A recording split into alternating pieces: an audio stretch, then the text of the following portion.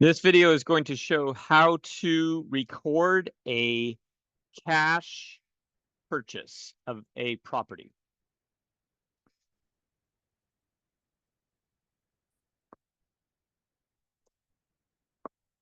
So this is our settlement statement. And here's our journal entry. Looks like our fields are kind of wonky.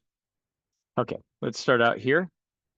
And let's book the purchase price. And we'll start out with the land. Let's say it's $100,000 to the land and the building. Let's say that's $200,000. Okay, so I'm going off the settlement statement here. That's the sale price.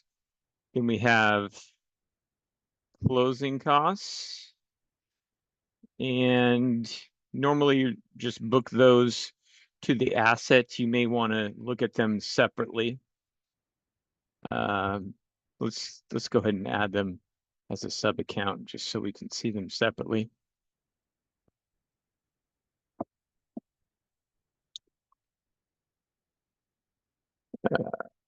Closing costs.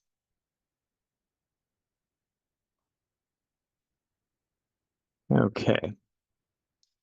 And that's $15,000.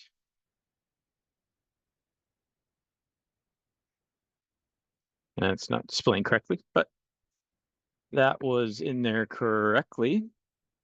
Let's look at, let's see, property taxes. Let's go ahead and put those in. We have $2,000. City. And then we have $6,000 county. And what else do we have? We have our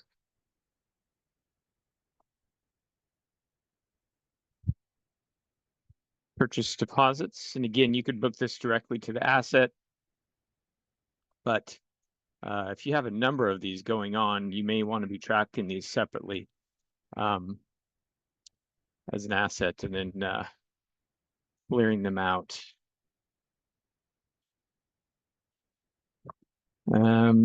Purchase deposits. And then we have the property taxes on the credit side. So yes, city taxes here. And then we have security deposits. This is a liability if they're refundable. And we'll say these are security. These are transferred. And this we'll put in here, these are title charges. Okay.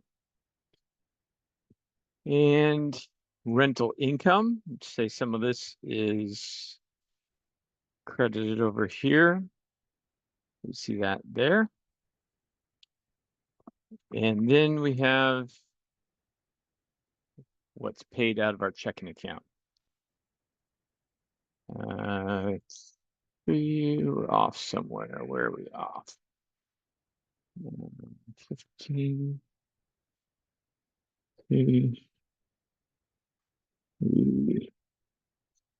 Deposits. 3. Should be at 319. Let's see.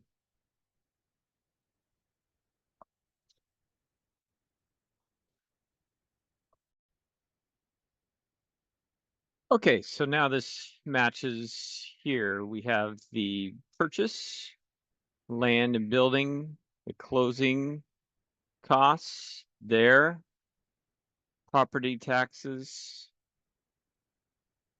paid there. We have our earnest money deposits, the property taxes credited, security deposits transferred, the income prorated, and then what's due in cash coming from the checking.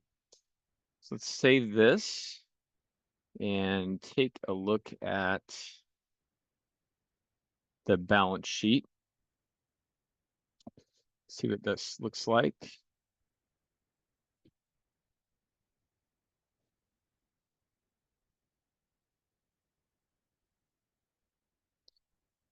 Okay. So we have our deposits. Now, again, we're tracking this separately. And there was nothing in there, but if we booked it to the asset when we paid it, and then credited it from our journal entry, it'd be zeroed out. Otherwise, we could just directly capitalize it or put it to the asset. So we have the building. It's booked. The building and the land.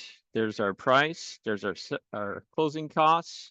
Again, we could capitalize those directly as well to the building if we want. And here's our security deposits as a liability, if they're refundable to the tenant. Let's take a look at our P&L, make sure that makes sense too.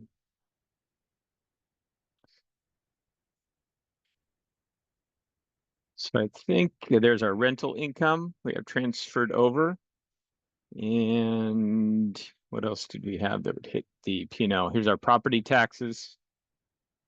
And yep, and that's it. So everything is booked from our cash purchase, from our settlement statement on our balance sheet and our P&L.